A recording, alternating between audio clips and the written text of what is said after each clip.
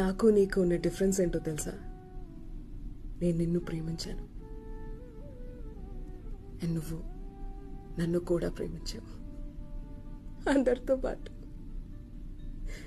నేను నిన్ను ఇక్కడ పెట్టుకున్నా. ఇక్కడ నేను అందరితో ఈక్వల్ నీ దృష్టిలో.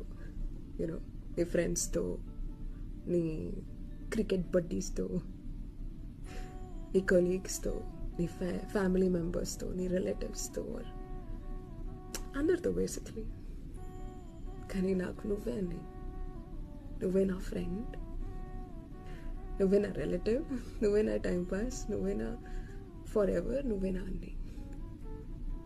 అందుకే మన రిలేషన్షిప్ ఎండ్ అయినప్పుడు నీకు జస్ట్ ఒక గర్ల్ ఫ్రెండ్ పోయిందంతే, కానీ నాకు మొత్తం పోయింది.